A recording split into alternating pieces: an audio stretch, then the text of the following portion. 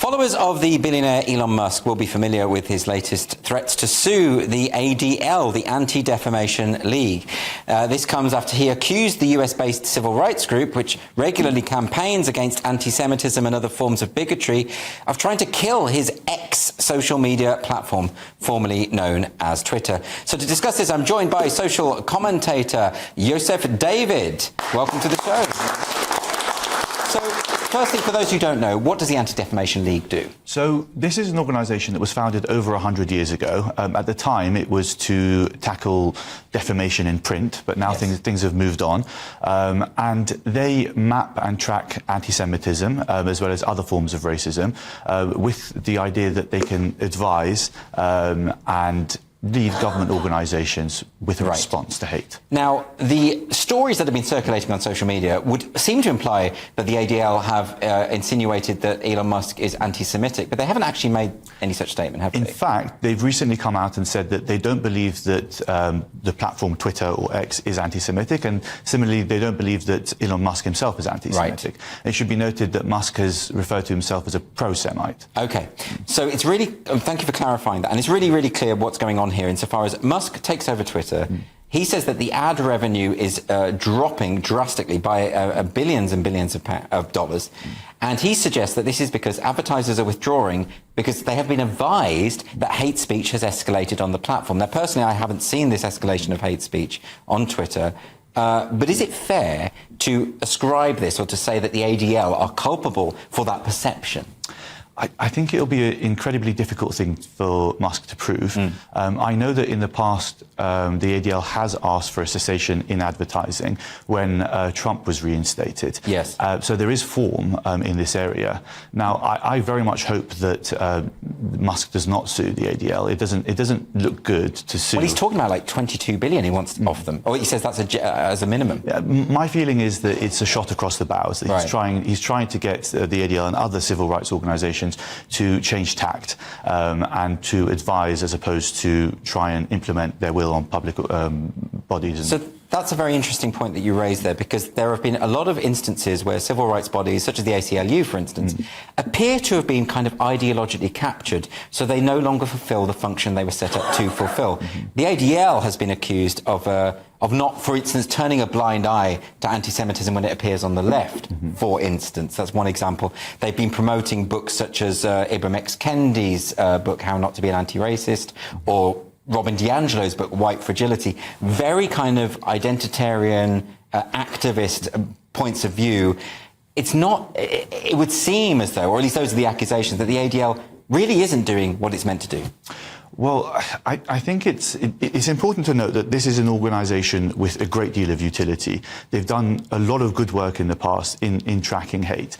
I think it's fair to say that in recent years, the ADL has started describing itself as the world's foremost anti-hate organisation, almost moving away from anti-Semitism, trying to give all things to all people. And in doing so, it's very possible that they might push to the side to marginalise some of their own people, so some Jewish Republicans or people who maybe are centre-right. Yes. It definitely appears to me that people who, and it's not just the ADL, but civil rights organisations in general, seem to target and to highlight are people who are on the centre-right. So the problem with a lot of these kind of things is, how do we define hate? Who gets to define hate speech? The ADL think that they can define it, but then all sorts of people get caught up in that net. So I'll give you a very specific example. There's a Twitter account or X account called Libs of TikTok. The ADL have added this group to their website, saying that this is problematic, that it is set up to attack the LGBTQ plus community. This is a Twitter account run by an Orthodox Jewish woman. It seems strange. I mean, I've seen a lot of the tweets from Libs of TikTok. There's no attempt to stir up hatred against the LGBTQ plus community, whatever that is. That doesn't exist there. What it does is it posts actual footage of activists saying what activists say. So if the ADL can interpret that as hate, I don't think it is. Who's right?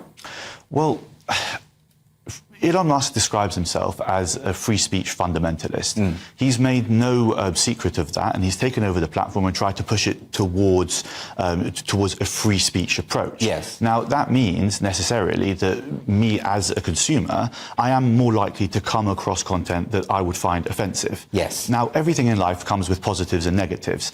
I'm very much not going to celebrate the fact that I'm seeing offensive content at times, but I'm also not going to lament the fact that Twitter is no longer moderated forensically by 2,000 or 3,000 vegan sandal-wearing activists in California.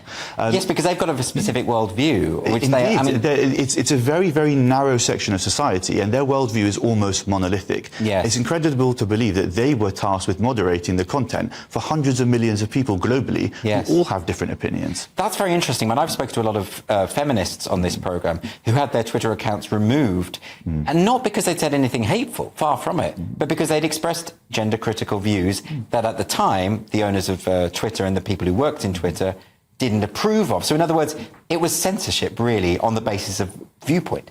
Well, I think people who advocate for censorship, and I know it's a strong word, but I think that's where we're going, they would promulgate the idea that we have to balance freedom of speech with having an open and tolerant society. Yes. Now, I'm here to say that idea is erroneous. You cannot have an open, free society without freedom of speech. Yes. Myself, as a member of a minority community, I couldn't thrive in this country without freedom of speech and freedom of expression. And it's like you said, for someone to express themselves as a feminist and to be told that they are expressing hate just goes to show that what's on one side of the coin and is very acceptable to one person is completely offensive to the other, which is why a freedom of speech approach, I think, is the best pillar for us to lean on. Yes, because, the consequence of having free speech is some horrible people are going to say horrible things. Twitter has a block function, so you can remove all of that. Well, at the moment, Elon, strangely, is thinking of getting rid of that. But what do you think has gone wrong in terms of these civil rights bodies? I mean, the ACLU defended the right of neo-Nazis to march in Skokie. Aryanaya of the ACLU wrote a book called Defending My Enemy. He was saying as a Jewish man, he wanted to defend them because he hates anti-Semitism and wants to defeat it in terms of the marketplace of ideas. What's happened to that ideal? Well, it is possible to advocate for an open society to the extent that you have to actually marginalise those people who you don't think are in favour of diversity. So what we're seeing is civil rights organisations that were set up with the functioning of serving a particular purpose, making their scope so broad that they can't actually do the job that they were initially tasked with. Yes. And I suppose when it comes to hate in particular, UNESCO and all sorts of bodies have said it simply cannot be defined. We have hate speech laws across Europe in different countries, and no one can agree what it means. Ultimately, doesn't it come back to this point that if you have moderators deciding what hate means, if you have the ADL or the ACLU defining what hate means, if you have governments defining what hate means, it's going to be very subjective and that will be open to exploitation. Yes, I think we need to draw the line at direct threats, incitement, and it's quite easily done. Yes. It's very possible that the content that is on Twitter now is quite different to what was being put out before. Yes. But any rational complaint about the content moderation now needs to take into account that the moderation was woeful prior. Yes. It was just targeting a right-wing author on Twitter rather than someone with a left-wing So you don't have much truck with the idea that hate speech has exploded on the platform X or Twitter since Elon Musk took over? No, I would say that there's more content that I would possibly find controversial, but it doesn't serve society to remove from our consumption anything which is offensive. In actual fact, it means that we're less able to deal with it. Very interesting. Yosef David, thank you so much for joining me today. Thank you very much. Appreciate it.